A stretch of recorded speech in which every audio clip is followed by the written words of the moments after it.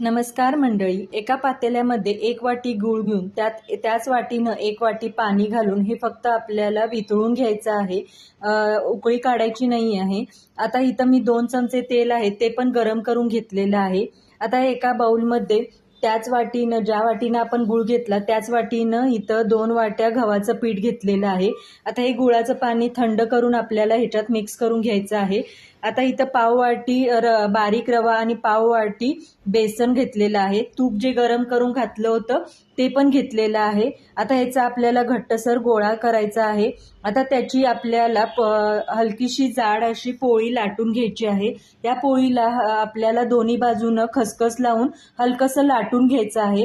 आवडीनुसार आपल्याला ह्याचे काप करून घ्यायचे आहे. आज आपण इथं आषाढ स्पेशल गुळाच्या कापण्या करत आहोत.